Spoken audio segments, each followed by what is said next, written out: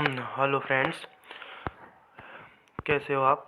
और अभी हम 91 से लेके 100 तक के irrigation engineering Gupta and Gupta book के क्वेश्चन देखेंगे friends. Let's see question number 91। As compared to crest of the normal portion of weir, the crest of the undersluice portion of weir is kept at option A lower level, then option B higher level, then option C same level, then option D any of the above depending on the design.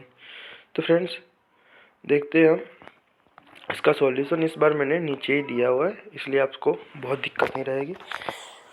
यहाँ पे friends wear की design कैसी रहेगी, तो it is a barrier. Weir किसे बोलते हैं, तो it is a barrier constructs across the river. It's aim to raise water level order to feed canal.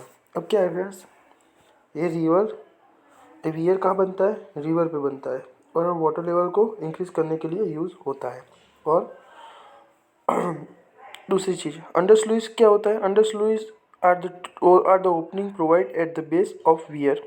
They are located at the same size of offtaking canal. Offtaking क्या कहाँ पे होती है, यहाँ पे इस तरह ऑपटेकिंग कैनल होती है जो जो रिवर के पानी को कैनल में डाइवर्ट करती है। The device wall are separated under sluice with lower crest level of the weir proper with higher crest level. तो यहाँ पे क्या लिखा है फ्रेंड्स, ये यहाँ पे क्लियरली मैंने मेंशन कर दिया है कि it is a with lower crest level from the weir proper with higher crest level.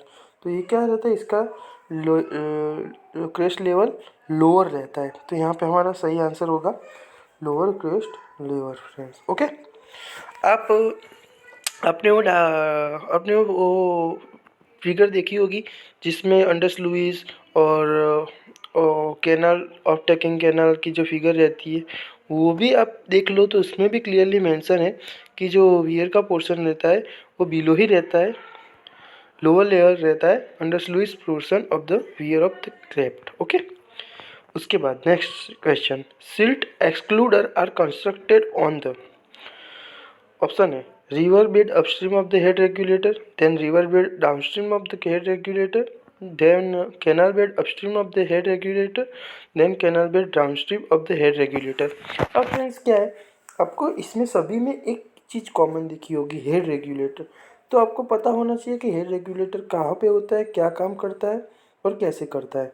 तो हेड रेगुलेटर का काम क्या होता है फ्रेंड्स, यहाँ पे मैंने नीचे मेंशन सिल्ट एक्सक्लूडेड के बारे में किया है, पर मैं आपको बता दूं कि हेड रेगुलेटर कहाँ पे होता है, वो कैनाल के स्टार्टिंग में ही रहता है और वो पानी को रेगुलेट करने का काम करता है, कि पानी को डाइवर्ट करने का काम करता है। वो हेड रेगुलेटर से भी पानी को डाइवर्ट और उसमें पानी कहाँ पे ले जाना है उसके बारे में उसको मीन्स मेंटेन करने का काम हेड रेगुलेटर करता है। अब क्या चीज़ है, सिल्ट एक्सक्लूडर क्या होता है, it is a device by which silt is excluded from the watering the canal. It is construction in the river bed upstream of head regulator. अब क्या होता है कि इस तरह से हेड रेगुलेटर होता है और जो सिल्ट एक्सक्लूडर होता है वो अपस्ट्रीम में रहता है और सिल्ट इंक्लूडर रहता है वो डाउनस्ट्रीम में रहता है। तो आपको याद रहना चाहिए वो वो कहाँ पे रहता है, हेड रेगुलेटर पे अपस्ट्रीम पोर्शन में रहता है। ओके, तो आपको यहाँ पे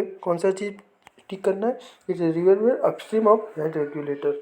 ओके, और जो सिल्ट इंक्लूडर है वो अपस्ट्रीम में रहता है और एक्सक्लूडर है मीन्स ये इस तरह रहता है। ओके, ए ऑप्शन है, राइट आंसर इज ऑप्शन है। उसके बाद question number 93, if H is the ordinate of hydraulic gradient line above the top of the floor and G is the specific gravity of the floor material, then the thickness of the floor is given by which type formula.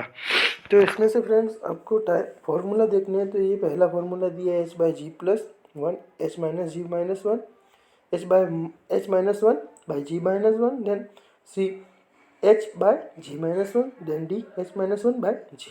ये चार formula दिए। इसमें friends आपको पता चल ही जाएगा कि right answer H है। कैसे है, तो मैं इसको थोड़ा बताऊंगा कि इसमें किस टाइप का रहता है। तो friends if H is the ordinate hydraulic gradient line above the top of the floor, G is the specific gravity of the fluid material. Then thickness of fluid material is given by H by G minus 1. Okay, H क्या है, hydraulic gradient है, उसके बाद G क्या है, specific gravity है. Okay, H hydraulic gradient है और G स्पेसिफिक ग्रेविटी है. उसके बाद friends question number 94. According to the Khosla's theory the exit gradient is the absence of downstream cutoff is.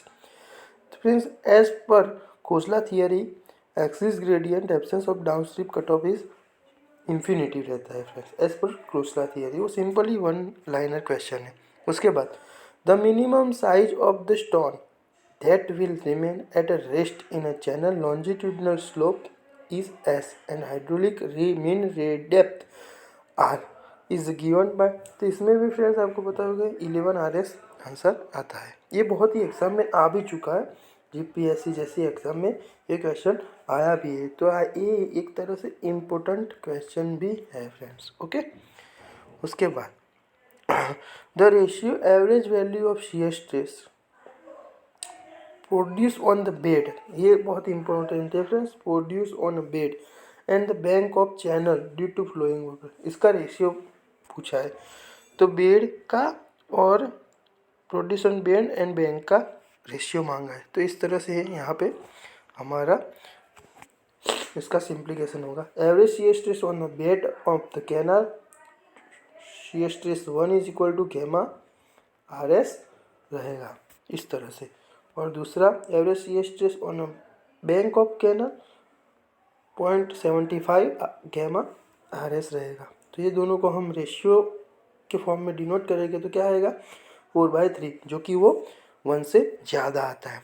यहाँ पे 2 is the shear stress of fluid, gamma is the specific gravity of water and R is a hydraulic radius and S is a slope. तो इस तरह रहता है friends. तो यहाँ पे आंसर आएगा हमारा greater than 1. Okay, question number 96 में आंसर आएगा C, ग्रेटर देन 1. उसके बाद question number 97. The critical shear stress of channel is tau c. Then the average value of shear stress is required to move a grain on the bank. तो average value कौन सी आती है friends 75 आती है. Okay, और bed के लिए to सी आती है. ओके, 1 यानी to C. Okay, then a watershed of canal, उसमें ऑप्शन दिया है irrigate only one side. Then B it is mostly suitable in hilly region.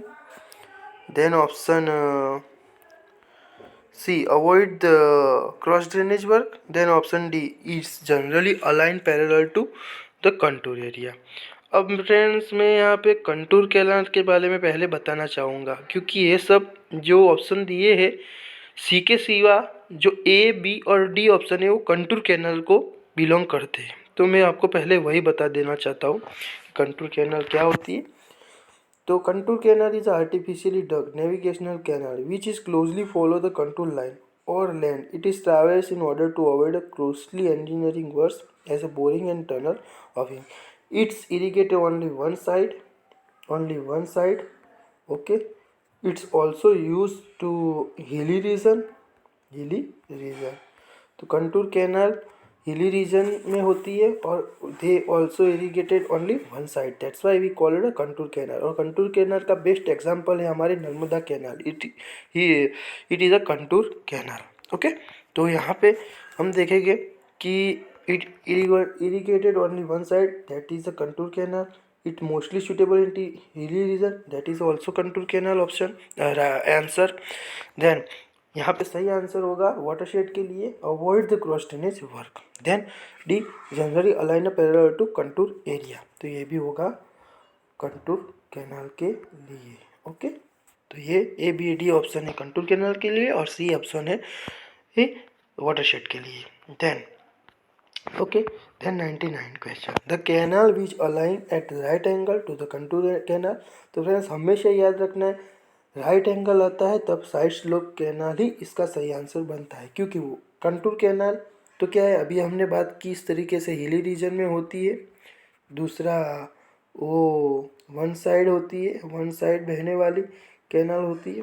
दूसरी वाटर शेड, तो हमने देखी कि उसमें डिफरेंट तरीके का ऑप्शन था, और साइड स्लोप में इस तरीके से। राइट आंसर है 99 का राइट आंसर है side slope. Okay friends, then Garrett diagram are based on, तो friends Garrett diagram are based on Kennedy theory. Okay, Kennedy theory पे गैरेट डायग्राम बेस्ड होता है। ये क्वेश्चन मैंने फ्रेंड्स मेरे करियर में मोस्ट इम्पोर्टेंट क्वेश्चन माना है, क्योंकि मैंने आज तक ये क्वेश्चन फ्रेंड्स 6 से 7 बार एग्ज़ाम में देखा है। 6 से 7 बार एग्ज़ाम में क्वेश्चन देखा है। बहुत ही इंपॉर्टेंट कहते हैं। जब भी मैं गैरेट देखता हूँ बिना सोचे कैनेडी पे टिक कर देता हूँ।